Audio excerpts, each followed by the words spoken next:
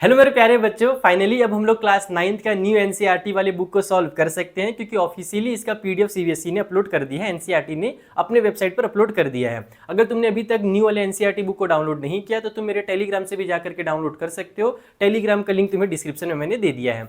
तो बच्चा पार्टी, आज की वीडियो में हम लोग एक्सरसाइज जो हमारा 1.1 है ना, उसे डिटेल में समझेंगे और उसके आंसर्स करने वाले हैं, यानी कि उसके सॉल्यूशंस बनाने वाले हैं। और इसी तरीके से मैं जल्द से जल्द आगे के जो एक्सरसाइजेस हैं, आगे के जो चैप्टर्स हैं, उनके भी वीडियोस तुम लोगों को बना करके दूंगा। पहले तुम लोगों को जो पुरानी वाली एनसीईआरटी है उसके सॉल्यूशंस मैं कॉपी पेन में बना करके देता था। अब तुम लोगों को जो न्यू एनसीईआरटी है ये डिजिटल बोर्ड में ही तुम्हें इसका सॉल्यूशन मिल जाएगा। और इसके जो नोट्स रहेंगे उन नोट्स को भी मैं टेलीग्राम पे अपलोड कर दूंगा as a PDF free of cost. तुम वहां से उसे डाउनलोड कर सकते हो। तो चलो शुरू करते हैं आज का चैप्टर नंबर 1। सो बच्चों, जो चैप्टर नंबर 1 है उसका नाम है orienting yourself the use of coordinates. अब इस चैप्टर के अंदर क्या चीजें दी हुई हैं तुम पहले इसका बेसिक समझो। देखो बच्चों, तुम लोगों ने इंजीनियर्स को ये सुना होगा कहते हुए कि आओ हम नक्शा बना देते हैं तुम्हारे घर का, तुम्हारा घर एकदम बेहतरीन दिखेगा, तुम्हें कोई दिक्कत नहीं होगा। बहुत सारे घरों में तुमने देखा होगा कि सीढ़ी चढ़ने में तुम्हें बड़ा दिक्कत होगा, या फिर बाथरूम वगैरह का जो डोर होगा ना, आधा ओपन होता होगा आधा ओपन नहीं होता होगा। तो इसमें गड़बड़ क्या होता है कि वो लोग अच्छे से कोऑर्डिनेट्स को समझे बिना सॉल्व कर देते हैं, यानी कि वहां पर नक्शा बना देते हैं, घर वाले खुद ही से बना देते हैं घर का नक्शा। लेकिन अगर इंजीनियर से बनाया जाए तो वो लोग एकदम अच्छे से पढ़ करके उस बारे में अच्छे से समझ करके हम लोगों को नक्शा बना करके देते हैं, जिससे हमारे घर का एक एक चीज एकदम कंफर्टेबल होता है। उसके अलावा तुमने मैप वगैरह में देखा होगा कि जो जोमेटो वाला होता है बोलता है भैया मैं आपके लोकेशन पे आ गया, उसको लोकेशन कहां से पता चलता है, एग्जैक्ट लोकेशन। तो उन सभी चीजों में ना इस चैप्टर का यूज होता है, कोऑर्डिनेट ज्योमेट्री का यूज होता है, जहां पर हम लोकेशंस बताते हैं। अब मैं इस वाले वीडियो में या आने वाले जो भी वीडियोस रहेंगे ना,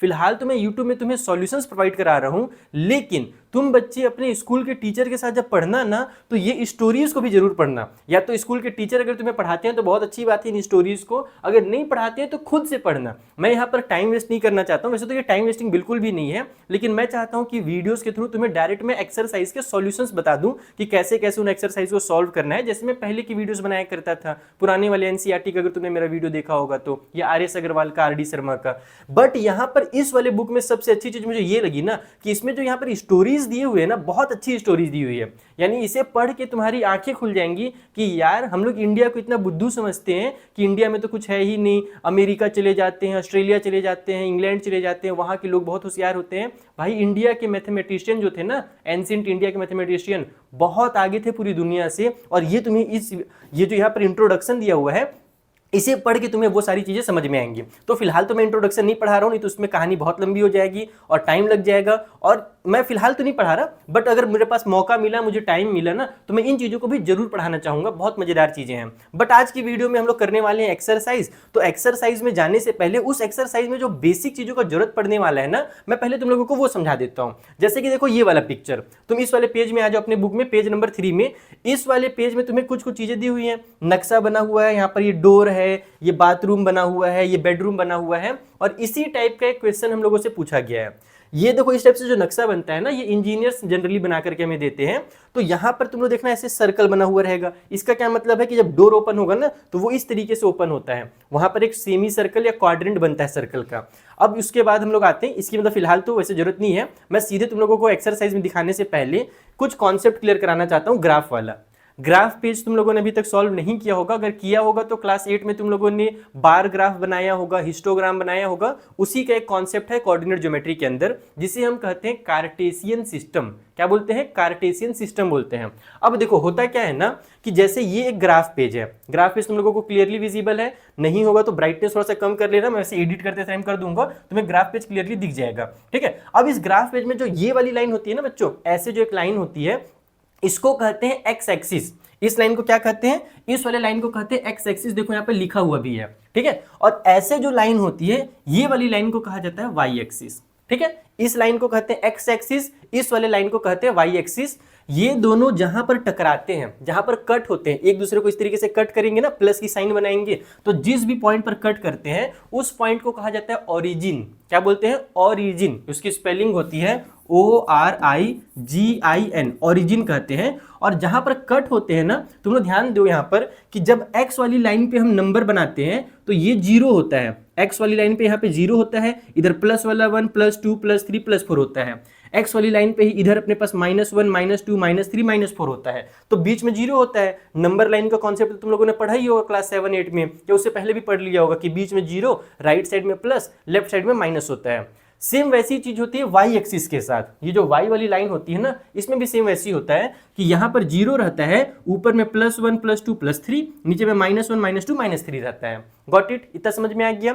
अब होता क्या है ना कि अगर ये मान लो तुम्हारे घर के आसपास एक नक्शा है, ठीक है, तुम्हारे एरिया का ये अगर नक्शा है, और मैं तुमसे बोलूं कि बेटा मुझे ये बताओ कि यहां पर अगर कोई पॉइंट है तो इस पॉइंट को तुम कैसे रिप्रेजेंट करोगे। यानी कि तुमसे अगर तुमने मान लो जोमेटो में ऑर्डर किया और तुम्हारे घर का जो लोकेशन है एग्जैक्ट ये वाला है, तो तुम्हें वहां पर ना कोऑर्डिनेट बताना पड़ेगा। तुम्हें बताना नहीं पड़ता है, वो ऑटोमेटिक गूगल जो होता है वो ले लेता है, फैच कर लेता है तुम्हारे लोकेशन से, उसको बोलते हैं कोऑर्डिनेट। कोऑर्डिनेट का मतलब क्या है पता है कि ये जो x वाली लाइन है, इस x वाली लाइन पे ये पॉइंट कहां पर आ रहा है, और ये जो y वाली लाइन है, इस y वाली लाइन पे ये पॉइंट कहां पर आ रहा है। समझे? तो उसको कोऑर्डिनेट कहा जाता है। जैसे यहां पर जो पहले से दिया हुआ है, मैं उसको पहले समझाता हूं कि कोऑर्डिनेट्स क्या होते हैं। फॉर एग्जांपल के लिए तुम देखो, ये जो b है, यहां पर एक पॉइंट b है, ये वाला जो पॉइंट है ना, ये b को रिप्रेजेंट कर रहा है। अब इस पॉइंट पे तुम देखना ऐसे ब्रैकेट बना हुआ है, ये ऐसे ब्रैकेट लगा हुआ है, यहाँ पर 4.5 लिखा है और यहाँ पे 0 लिखा है। तो इसका मतलब क्या है? 4.5 और 0 का मतलब ये है कि जो ये वाला पॉइंट B है ना, वो x वाले लाइन पर 4.5 पर लाई कर रहा है। तुम देखो ध्यान से, ये वाला पॉइंट 4 और 5 के बीचों बीच में आ रहा है ना x वाली लाइन पर, तो जो x वाला वैल्यू होता है ना, उसे हम पहले लिखते हैं और y वैल्यू को बाद में लिखते हैं कॉमा लगा करके। तो तुम देखो कि ये वाला जो पॉइंट B है, ये x वाली लाइन पर 4 और 5 के बीच में आ रहा है, तो इसको 4.5 कहेंगे। और y वाले पे तो है ही नहीं, y वाले के लिए इसको ऊपर जाना पड़ता है, क्योंकि y वाली जो लाइन होती है वो ऊपर साइड में होती है, इसीलिए y का वैल्यू यहाँ पर 0 कर दिया गया है कि x की वैल्यू तो है बट y की वैल्यू नहीं है। इसे ही कोऑर्डिनेट कहते हैं। एक और एग्जांपल से देखो, जैसे कि ये जो पॉइंट है यहाँ पर, ये वाला पॉइंट का नाम पॉइंट H रखा गया है। इसमें तुम देखो कि ये वाला पॉइंट y वाले लाइन के ऊपर लाई कर रहा है, ये जो y वाला लाइन है ये पॉइंट इसके ऊपर लाई कर रहा है, तो इसीलिए x की वैल्यू 0 हो जाएगी, यानी कि x के ऊपर वो लाई करेगा ही नहीं। अगर कोई भी पॉइंट y वाले पर लाई करता है तो x की वैल्यू 0 हो जाती है, और अगर x वाले पर लाई करता है तो y की वैल्यू 0 हो जाती है। तो इसीलिए पहले यहाँ पर 0 लिखा गया है, क्योंकि x की वैल्यू पहले लिखनी पड़ती है और x की वैल्यू तो कुछ है ही नहीं, तो x के बदले में यहाँ पर 0 लिख दिया गया। और y की वैल्यू को बाद में लिखते हैं, तो देखो ये पॉइंट y वाले लाइन पर 4 पर है, इसीलिए यहाँ पर ऐसे 4 लिखा गया है। इसको बोलते हैं कोऑर्डिनेट। उसी तरीके से बाकी पॉइंट्स भी दिए हुए हैं, उनको तुम समझ लेना। मैं फिलहाल इस पॉइंट को समझाता हूँ। मान लेते हैं कि ये तुम्हारे घर का एग्जैक्ट लोकेशन है, ये वाला पॉइंट, ये वाला जो पॉइंट है तुम्हारे घर का लोकेशन है। इसका नाम दे देते हैं अपन, h तो यहाँ पर हो चुका है ना, इसका नाम चलो z दे देते हैं। अब ये जो पॉइंट है ये x एक्सिस पर कहां पर है? तुम लोग सर x एक्सिस पर तो नहीं है, वो तो बीच हवा में लटक रहा है। यस, बीच हवा में लटक रहा है, लेकिन उसके भी हम लोग कोऑर्डिनेट बता सकते हैं। कैसे बताते हैं वो देखना। हम ना इसको ऐसे सीधे नीचे देखेंगे, ऐसे सीधा सीधा सीधा सीधा नीचे आते जाएंगे और देखेंगे कि अरे यार यहाँ पर तो 4 है, इसका मतलब x की जो वैल्यू होगी ना इसकी, ये 4 हो जाएगी। ऐसे पहले 4 लिखेंगे और उसी तरीके से इसको y की तरफ लेकर के जाएंगे, y यहाँ पर ये भी 4 पे आ रहा है, तो y का वैल्यू भी 4 हो जाएगा। तो इस तरीके से हम लोगों को पॉइंट्स को बताना रहता है। ये तुम लोग और डिटेल में सीखोगे एक्सरसाइज 1.2 में। फिलहाल तुम बस ये सीखो कि जब x वाली लाइन पर अगर कोई पॉइंट होता है तो x की तो वैल्यू होती है बट y की वैल्यू 0 हो जाती है। वैसी y वाले लाइन पर अगर कोई पॉइंट है तो वहां पर x की वैल्यू 0 हो जाएगी बट y का कुछ ना कुछ वैल्यू निकलेगा। तो ये बेसिक कॉन्सेप्ट था। एक्सरसाइज 1.1 को सॉल्व करने से पहले अगर तुमने ये समझ लिया तो अब हम लोग आराम से एक्सरसाइज 1.1 को सॉल्व कर सकते हैं। सो जो एक्सरसाइज 1.1 है ना, इसमें कहा गया कि फिगर 1.3 है जो इसके नीचे वाले पेज में भी मैं दिखाऊंगा। सो रियांस रूम विथ पॉइंट OABC, यानी कि एक बच्चे का रूम है या फिर कोई बंदा होगा जो भी है, उसका एक रूम बनाया गया है और उसका लोकेशन दिया हुआ है, उसका डायग्राम दिया हुआ है आप लोगों को। तो मार्किंग इट्स कॉर्नर, उसमें कॉर्नर्स को मार्क किया गया है O से, A से, B से और C से। जैसे हम लोग एक रेक्टेंगल ही बनाते हैं ABCD, वैसे यहाँ पर OABC लिख दिया है। The x axis and the y axis are mark in the figure. x axis और y एक्सिस को मार्क किया गया है। Point O is the origin, और जो पॉइंट O है वो ओरिजिन है। ओरिजिन का मतलब क्या होगा? जहां पर x एक्सिस और y एक्सिस एक दूसरे को कट करेंगे। ठीक है, तो मैं तुम लोगों को पहले वो डायग्राम दिखाता हूं जो डायग्राम है, फिर इसके जो क्वेश्चन है वो तुम्हें समझ में आएगा। देखो ये वो डायग्राम है पेज नंबर 5 के अंदर, जस्ट उसी के नीचे में। इस डायग्राम में अगर तुम ध्यान से देखो तो ये एक रूम का लोकेशन दिया हुआ है, रूम का एक नक्शा दिया हुआ है और इसी के नीचे में फिर क्वेश्चंस है, उनको हम लोग सॉल्व करेंगे। पहले तो इसको समझ लेते हैं, पहले इसे समझ लेते हैं इस डायग्राम को। देखो बच्चों, ये O है पॉइंट, ये ए, यहाँ पर ये वाला पॉइंट जो दिख रहा है तुम्हें वो ए है, ये वाला पॉइंट बी है और ये वाला पॉइंट सी है, इसीलिए इसका नाम है OABC। ठीक है, अब उसके बाद बोला था कि जो पॉइंट ओ है वो ओरिजिन है। ओरिजिन का मतलब क्या हुआ, ये वाली लाइन हम लोग जानते हैं इसको एक्स एक्सिस कहा जाता है, ऐसे ऊपर जो लाइन जाती है इसको वाई एक्सिस कहते हैं। देखो यहाँ पर लिखा भी है वाई एक्सिस, यहाँ पर लिखा हुआ है एक्स एक्सिस। तो होगा क्या ना कि ये वाली जो एक्स एक्सिस है और ये वाई एक्सिस है, जैसे ये एक्स एक्सिस लेफ्ट में भी जाता है, वाई एक्सिस नीचे भी जाता है, तो यहाँ पर ये दोनों एक दूसरे को कट कर रहे हैं। तो जिस भी पॉइंट पर कट करते हैं वो ओरिजिन हो जाता है। तो इधर वाली लाइन बनाई नहीं गई है, डायरेक्ट हम लोगों को एक्स वाले वाई वाली लाइन को और एक्स वाले लाइन को यहाँ पर कट करके दिखा दिया गया कि भैया यहाँ पर ये कट होगा। ठीक है, गॉट इट, इतना बात समझ में आ गया। अब इस डायग्राम के अंदर तुम देखो कि ये यहाँ पर 0 है, यहाँ पर 1 है, ये 2 है, ये 3 है, ये 4 है, ये 5 है, ये 6 है, ये 7 है, ये 8 है। हम लोग जानते हैं ना कि जब एक्स एक्सिस की बात होती है तो राइट साइड में प्लस वाला नंबर होता है, इसीलिए इन सभी में प्लस की साइन लगी है।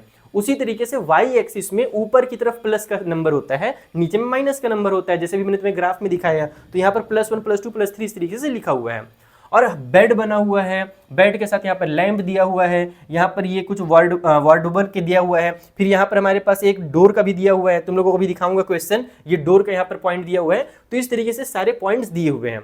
अब हमसे इससे रिलेटेड कुछ क्वेश्चन पूछे गए हैं, तो मैं इसे थोड़ा छोटा करता हूँ ताकि तुम्हें मैं क्वेश्चन भी दिखा सकूँ। हल्का से छोटू कर देता हूँ, रुक जाओ एक सेकेंड, तो उससे तुम्हें क्वेश्चन भी दिखेगा। पहला क्वेश्चन खास करके हमें देखना है। तो फर्स्ट वाले क्वेश्चन में क्या कहा गया है, ये देखो पहले वाले क्वेश्चन में, फर्स्ट वाले क्वेश्चन में ये कहा गया है, दिख रहा है बच्चों, क्लियरली दिख रहा है। अगर तुम लोगों को देखो, मान लो यहाँ पर क्लियरली ना भी दिख रहा हो ना, तो मैं इसका PDF तुम्हें टेलीग्राम पे दे दूंगा, तो वहां से तुम्हें ज़्यादा क्लियरली दिख जाएगा। ठीक है, बाकी मैं कोशिश तो यही कर रहा हूँ कि इसको मैं एक्जैक्ट साइज में रखूँ ताकि ज़्यादा छोटा भी ना हो, ज़्यादा बड़ा भी ना हो, और तुम्हें चीज़ें क्लियरली दिख भी जाए। ठीक है, और PDF भी थोड़ा हाई क्वालिटी का है ना, इसीलिए हल्का सा अटक भी रहा है, थोड़ा छोटा हो जाए भाई। हाँ ठीक है, इतने में दिख जाएगा, हट जाए, इतने में तुम लोगों को क्लियरली दिख जाएगा। और मैं भी डिजिटल बोर्ड में जनरली ऐसे नहीं पढ़ाता हूँ PDF में, मैं तुम लोग देखे ही होंगे कि मैं PPT बना करके पढ़ाता हूँ। तो जो अभी आंसर्स भी लिखेंगे ना तो हम लोग PPT में लिखेंगे और उसका मैं PDF तुम लोगों को प्रोवाइड कर दूंगा। ठीक है, टेंशन ना लेना। तो ये पहला क्वेश्चन है कि अगर D1R1 represent the door of the रियानास रूम, जो D1R1 है वो डोर को रिप्रेजेंट कर रहा है। देखो D1R1 है कहाँ पर, ध्यान से देखो, D1 ढूंढो, तुम लोग खुद से भी ढूंढ सकते हो, लेकिन मैं तुम्हें भी उसके सॉल्यूशन बता रहा हूँ। देखो ये है D1 और ये है यहाँ पर R1। ठीक है, ये D1 है, ये R1 है, यानी यहाँ से लेकर के यहाँ तक, कॉर्नर में नहीं, यहाँ तक, ये वाले पॉइंट तक, यहाँ से लेकर के यहाँ तक, ये रियाना के रूम का यहाँ पर ये डोर है। रियाने नाम है ना, क्या नाम है भाई लिका का, कहाँ गया, रियान, रियाना नहीं है, रियांस रूम है। तो रियांस के रूम का डोर है D1R1। ठीक है, ये यहाँ पर एक डोर बना हुआ होगा। अभी एग्जैक्ट तुम लोगों को डोर बना करके नहीं दिखाएगा, क्लास 1-2 के बच्चे नहीं हो, तुम्हें समझना पड़ेगा कि हाँ यहाँ पर रूम का दरवाजा हो सकता है, यहीं से लोग इंटर मारते होंगे। तो अब हमसे ये पूछा गया इस क्वेश्चन में कि how far is the door from the left wall, यानी कि ये जो डोर है ये लेफ्ट वाले वॉल से, वॉल बोले तो दीवार, ये वाले दीवार से ये डोर कितने डिस्टेंस पर है फ्रॉम द लेफ्ट वॉल, जिसको हम वाई एक्सिस भी कह रहे हैं। ये जो लेफ्ट वाला वॉल है ये क्या है, ये वाई एक्सिस ही तो है। तो ये डोर जो है ना इस वाई एक्सिस से कितनी दूरी पर है ये बताना है। एंड दूसरा चीज इसमें और पूछा है कि how far is the door from the x axis, तो ये डोर जो है वो एक्स एक्सिस से कितनी दूरी पर है ये भी बताना है। कैसे बताएंगे, पहले तुम लोगों को मैं कॉन्सेप्ट समझाता हूँ, फिर इसका एग्जैक्ट वर्ड टू वर्ड तुम्हें सॉल्यूशन कैसे लिखना है एग्जाम में या अपने नोट्स कॉपी में वो लिख के दिखाऊंगा। देखो बच्चों, ये जो हमारे पास D1 है ये वाई वाले लाइन से कितनी दूरी पर है। D1 से तुम देखो डोर जो है ना ये इतना चौड़ा डोर है, बट यहाँ से तो शुरू हो जा रहा है, तो हमें इस पॉइंट से देखना है कि इस पॉइंट से वाई वाली लाइन कितनी दूरी पर है। तो ये वाला पॉइंट आ रहा है 8 पर, ये वाला पॉइंट एक्स एक्सिस पर 8 पर आ रहा है ना, यानी यहाँ से यहाँ 1 है, ये 2 है, ये 3 है, ये 4 है, ये 5 है, ये 6 है, ये 7 है, ये 8 है। तो इसका मतलब ये हुआ कि जो दरवाजा है वो 8 यूनिट की दूरी पर है। और कहीं पर ना हम लोगों को वो भी दिया होगा, इसका इस क्वेश्चन में फीट वगैरह दिया होना चाहिए कि भाई जो 1 यूनिट है वो 1 फीट होगा। जैसे ये तुम लोगों को सेंटीमीटर में दिख जरूर रहा होगा कि सर तो छोटा सा सेंटीमीटर है, लेकिन एक्चुअल में जो 1 सेंटीमीटर होगा ना इस डायग्राम के अंदर, वो एक्चुअल रूम के अंदर 1 सेंटीमीटर या 1 यूनिट जो तुम्हें दिख रहा है यहाँ पर वो 1 फीट होता है। तो मैं देख लूंगा, अगर फीट में दिया रहेगा तो मैं फीट में आंसर लिख दूंगा। बाकी फिलहाल तुम ये समझ लो कि वाई वाले लाइन से ये वाली पॉइंट कितनी दूरी पर है, तो 8 यूनिट की दूरी पर है, 8 यूनिट की दूरी पर है। ठीक है, पहला क्वेश्चन खत्म। अब इसको लिखना कैसे मैं बता रहा हूँ, रुक जाओ। उसके बाद how for is the door from the x axis, ये जो डोर है वो एक्स वाले एक्सिस से कितनी दूरी पर है, तो एक्स वाले एक्सिस से तो दूरी है ये नहीं है, कैसे नहीं है, क्योंकि ये खुद ही एक्स एक्सिस पर बना हुआ है ना, तो जब एक्स एक्सिस के ऊपरे में बना हुआ है तो तुम्हारी दूरी कहां से हो जाएगी एक्स एक्सिस से। जैसे तुम जिस भी चेयर में बैठ करके या बेड में बैठ करके पढ़ाई कर रहे हो, अभी मैं तुमसे बोलूंगा कि उस बेड से तुम्हारी दूरी क्या है, उस चेयर से तुम्हारी दूरी क्या है, तो तुम बोलोगे सर कोई दूरी नहीं है, मैं तो उसी के ऊपर बैठ करके पढ़ रहा हूं या पढ़ रही हूं, तो उसमें 0 यूनिट हो जाता है। तो ये वाला डोर क्योंकि एक्स एक्सिस के ऊपर ही है, इसीलिए एक्स एक्सिस से इसकी कोई दूरी नहीं है। लेकिन मैथ्स में जब कोई दूरी नहीं भी रहती है तो उसको हम लिखते हैं 0, कि भाई इसकी दूरी है कितनी है, 0 है। अब इसका आंसर कैसे लिखना, चलो वो बताता हूं। तो देखो यहां पर मैंने आंसर लिख लिया है, बट मैंने अपने वर्ड्स में लिखा है, तुम चाहो तो इसको थोड़ा मोड़ा मॉडिफाई करके अपने वर्ड्स में भी लिख सकते हो। रटना नहीं है बच्चों ना, मैथ्स को कभी भी रटना नहीं है, समझना है। हमने देखा डायग्राम के अंदर की जो डिस्टेंस था वॉल उस दरवाजे का वाई वाली एक्सिस से वो 8 यूनिट था, तो मैंने सिंपल लाइन में लिख दिया कि distance of the door from the left wall, जो लेफ्ट वाला वॉल था जिसको हम लोग वाई एक्सिस भी कहते हैं, तो वाई एक्सिस से उसका जो डिस्टेंस था वो 8 यूनिट मैंने लिखा है। अगर किसी भी क्वेश्चन में डायग्राम के अगल बगल ऊपर नीचे कुछ लिखा हुआ रहे ना कि 1 यूनिट इक्वल टू 1 मीटर या 1 यूनिट इक्वल टू 1 फीट, तो तुम यहाँ पर उसी के तरीके लिख दोगे। जैसे मैंने 8 यूनिट लिखा है, अगर डायग्राम में कहीं पर दिया रहता या अगल बगल में ऊपर नीचे कहीं पे दिया रहता कि 1 यूनिट का वैल्यू इतना है, जैसे जनरली फीट में होता है, रूम का जब हम लोग नापते हैं तो फीट हम लोग लिख देते, बट इसमें नहीं दिया तो बस यूनिट लिखेंगे सिंपल में, तो 8 यूनिट हो जाएगा वाई एक्सिस से। एंड उसके बाद मैंने लिख दिया कि भाई जो डोर है and the door is located on the x axis, वो एक्स एक्सिस के ऊपर ही लाई कर रहा है, so it's distance from the x axis is 0 unit, तो उसका जो डिस्टेंस होगा एक्स एक्सिस से वो 0 यूनिट हो जाएगा। ये मैंने अपने वर्ड्स में लिखा है, तुम इसमें और मक्खन मिर्ची लगा करके सॉल्व कर सकते हो, और नमक मिर्ची लगा करके थोड़ा सा लंबा चौड़ा स्टेटमेंट लिख सकते हो, अपनी अंग्रेजी झाड़ सकते हो, अच्छा लगेगा। ठीक है, रटना नहीं है, समझ करके लिखना है। Got it. तो ये पहला क्वेश्चन तुम्हें समझ में आ गया होगा मुझे उम्मीद है। अगर समझ में आ रहा है तो लाइक कमेंट शेयर सब कुछ जरूर ठोकना, लेकिन उससे पहले एक बहुत जरूरी बात, देखो बच्चों यहाँ पर जो मैं पढ़ा रहा हूँ ना, ये तुम लोगों को फ्री वाली क्लास है, इसमें बहुत सारे बच्चों के डाउट्स अगर आते भी हैं तो मैं उन डाउट्स को क्लियर कर नहीं पाता हूँ, क्योंकि कमेंट में बच्चे डाउट भेजते हैं और मैं बहुत ज्यादा कमेंट चेक कर नहीं पाता हूँ, क्योंकि मेरे बहुत सारी क्लासेस हैं। 9th को तुम लोगों को मैं यहाँ पर पढ़ा रहा हूँ, आर.एस. अग्रवाल पढ़ा रहा हूँ, मेरे बहुत सारे बैचेस होते हैं, 9th के 10th की अलग अलग बैचेस हैं। तो तुम लोगों को अगर मुझसे बैच के अंदर पढ़ना है, लाइव क्लासेस डायरेक्ट मुझसे बात करते हुए पढ़ना है, एक ऐसा बैच जिसमें तुम लोग को अगर कोई भी डाउट है तो तुम सीधे हैंड रेज करो और मेरे से डायरेक्ट कॉल कनेक्ट हो जाए और तुम वहां पर मेरे से डाउट पूछ सकते हो, डिस्कस कर सकते हो, तो एक ऐसा परफेक्ट बैच एग्जिस्ट करता है जिस बैच का नाम है आरंभ बैच, और इसकी प्राइस बहुत कम है, 2499 है पूरे साल भर की। और इसमें केवल मैं नहीं हूं, अकेले मैं नहीं पढ़ा रहा हूं, मेरी पूरी टीम तुम लोगों को पढ़ाने वाली है, जिसमें तुम्हें साइंस के तीनों टीचर्स मिलेंगे, जिसके लिए केमिस्ट्री के लिए अलग, बायो के लिए अलग, फिजिक्स के लिए अलग, एसएसटी के अलग टीचर मिलने वाले हैं, हिंदी इंग्लिश के लिए अलग टीचर मिलने वाले हैं, मैथ्स के हम 2 टीचर मिलने वाले, एक मैं हूं, एक मेरे मित्र अभिनय सर हैं। तो पूरी की पूरी टीम तुम्हें पढ़ाने वाली है। तो तुम लोग अगर पढ़ना चाहते हो इस बैच में तो बैच का लिंक दिया हुआ है डिस्क्रिप्शन में, फटाफट जाकर के इनरोल कर लो, क्योंकि हम लोग वहां पर जो सीट है ना वो लिमिटेड रखते हैं, बहुत सारे हजारों बच्चों का एडमिशन करना नहीं चाहते हैं, क्योंकि मुझे पता है कि अगर बहुत सारे बच्चे आ जाएंगे ना तो मैं हर बच्चे का डाउट क्लियर ही नहीं कर पाऊंगा, इसीलिए हम लोग एक सफिशिएंट नंबर ऑफ स्टूडेंट रखते हैं कि भैया चलो इतना काफी है, इतने बच्चों को मैं समझा सकता हूँ, पढ़ा सकता हूँ अच्छे से। तो इस तरीके का बैच है, परफेक्ट बैच है, क्लास 9 का ऐसा कोई दूसरा बैच तुम्हें नहीं मिलेगा। बहुत सारे वायरल बैचेस मिलेंगे, लेकिन उसमें वही बात है कि हजारों बच्चे रहते हैं, टीचर सभी का डाउट क्लियर करते ही नहीं है, बस जैसे यूट्यूब में पढ़ाते हैं वैसे ही पढ़ाकर चले जाते हैं। तो तुम लोग अगर डाउट अपना क्लियर करना चाहते हो, परफेक्ट फोकस के साथ पढ़ना चाहते हो, तो आरंभ बैच ज्वाइन कर लो। चलो अब बढ़ते हैं अगले क्वेश्चन के पास। सो जो नेक्स्ट वाला क्वेश्चन है वो और ज्यादा इजी क्वेश्चन है। इसमें बोल रहे हैं कि what are the coordinates of D1, यानी कि जो पॉइंट D1 आपको यहाँ पर दिया हुआ है, ये वाला पॉइंट, इस पॉइंट के कोऑर्डिनेट्स क्या हैं। कोऑर्डिनेट्स के बारे में मैंने थोड़ी देर पहले बताया था ना कि एक्स वाले का वैल्यू और वाई वाले का जब हम वैल्यू लिखते हैं एक ब्रैकेट के अंदर तो वही उसका कोऑर्डिनेट कहलाता है।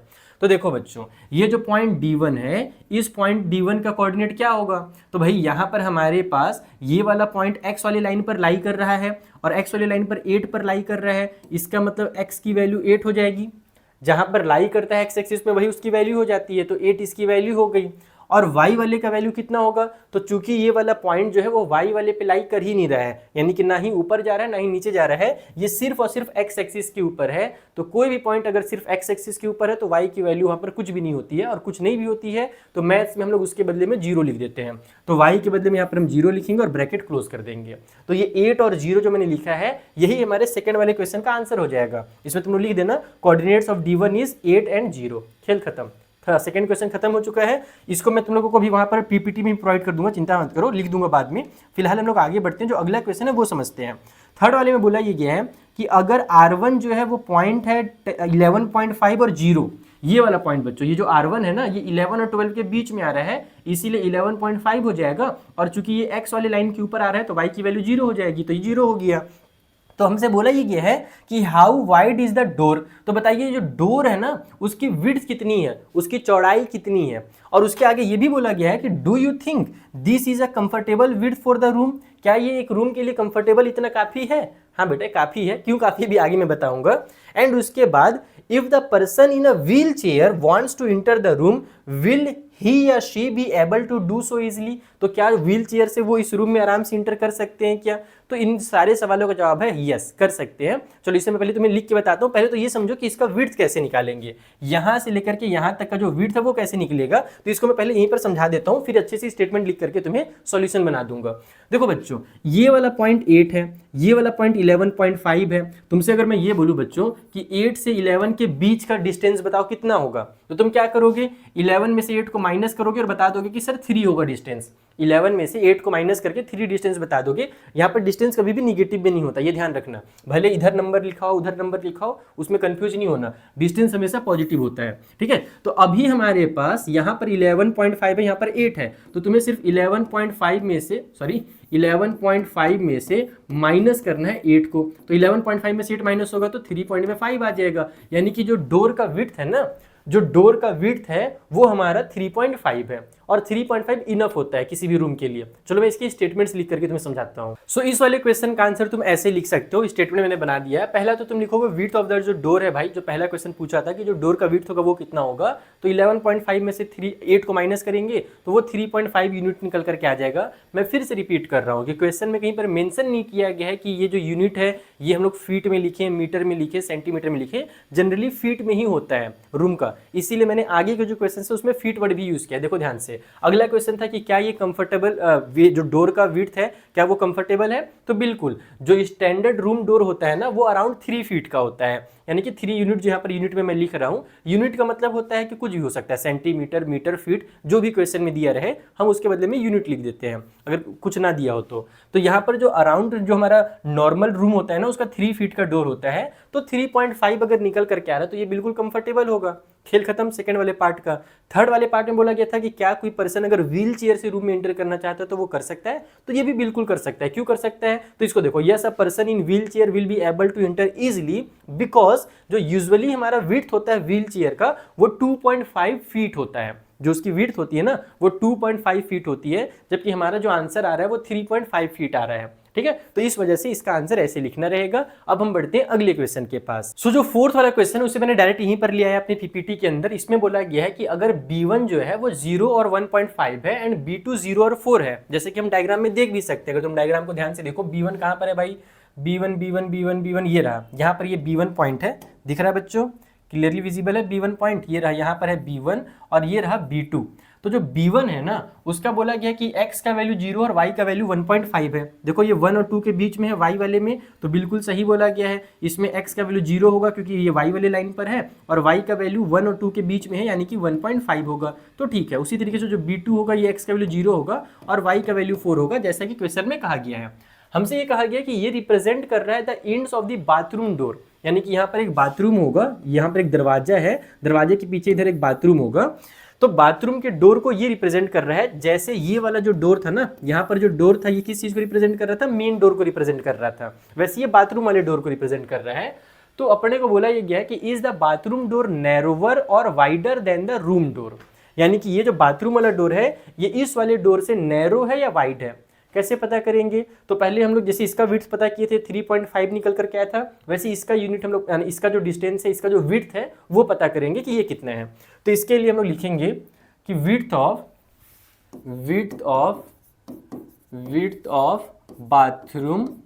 बाथरूम डोर, ठीक है, जो बाथरूम वाला डोर है उसका विड्थ कितना है। तो इसके लिए कैसे पता किया जाए, देखो ये 4 है और यहाँ पर ये 1.5 था, तो हम लोग 4 में से माइनस कर देंगे 1.5 को, तो ये कितना निकल करके आ जाएगा, ये आ जाएगा 2.5। तो बाथरूम का जो डोर है वो 2.5 है और ये वाला जो डोर था वो हमारे पास 3.5 था। तो हम लिख देंगे कि यस, जब बाथरूम डोर, जो बाथरूम वाला डोर है, बाथरूम डोर इज 1 यूनिट या फिर 1 फीट, यहाँ पर मैं फीट वर्ड यूज कर रहा हूँ फिर से, क्योंकि मैंने जैसे तुम्हें बताया कि रूम का जो लोकेशन होता है ये हमारे फीट में होते हैं जनरली। तो हम लिखेंगे कि जो बाथरूम डोर है वो 1 फीट कम है, क्योंकि वो 3.5 फीट था, ये 2.5 फीट निकल रहा है। तो 1 feet narrower, 1 feet narrower than the room door. खेल खत्म। इस तरीके से तुम्हें स्टेटमेंट्स को अपने से बना करके लिखना है। स्टेटमेंट्स को अपने से लिखना, मेन जो तुम उससे पढ़ रहे हो ना, तुम समझने के लिए पढ़ो कि आखिर ये क्वेश्चंस में बोला क्या गया है, इसमें पूछा क्या गया और उसका आंसर कैसे निकालना है।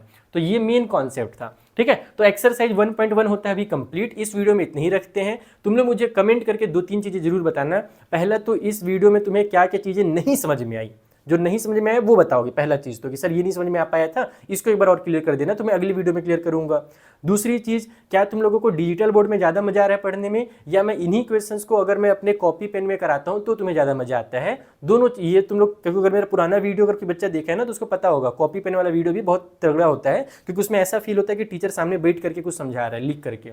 तो तुम दोनों मेरे को बता सकते हो कि डिजिटल बोर्ड चाहिए या कॉपी पेन वाला चाहिए। बट कॉपी पेन वाले में कमी ये रहेगा कि अभी बुक नहीं है, तो मैं ये जो बुक है ना इसी का प्रिंट आउट निकाल करके पेजेस में तुम्हें समझाऊंगा, ठीक है। 2 चीज हो गया। तीसरा चीज, क्या तुम्हें वीडियो पसंद आया है? अगर पसंद आया तो क्या तुम लाइक करोगे, शेयर करोगे? अगर नहीं करोगे तो भी बता देना कि नहीं सर हमें पसंद नहीं आया, ये कमी है। मैं सारी चीज़ों को सुधार करके तुम्हारे लिए आगे की वीडियोस बनाऊंगा। लेकिन मुझे उम्मीद है कि मैंने एकदम डिटेल में समझाया है और तुम्हें चीज़ें बहुत अच्छे से क्लियर हो गई हैं, जैसे पुराने वीडियो से मेरी होती थी उसी तरीके से इस वीडियो से तुम्हें एक्सरसाइज 1.1 समझ में आ गया है। और अगर तुम्हें हमारा बैच ज्वाइन करना है तो बैच का लिंक मैंने जैसे कि बताया डिस्क्रिप्शन में गिवन है, और साथ ही साथ मेरे टेलीग्राम का लिंक भी मैंने दे दिया है, जहां पर तुम्हें इसके नोट्स मिल जाएंगे। और तुम लोग चाहो तो इस QR को स्कैन करके भी मेरा टेलीग्राम ज्वाइन कर सकते हो, वहां से तुम्हें डायरेक्ट नोट्स मिल जाएंगे, ठीक है। तो मिलते हैं फिर बच्चों अगली एक्सरसाइज में, एक्सरसाइज 1.2 में, जिसमें और भी मजेदार क्वेश्चन दिए हुए हैं। बहुत मजा आएगा, ये बुक वाकई में इंटरेस्टिंग बुक है, तुम लोगों को इसे सॉल्व करने में बहुत मजा आने वाला है। Thank you for watching.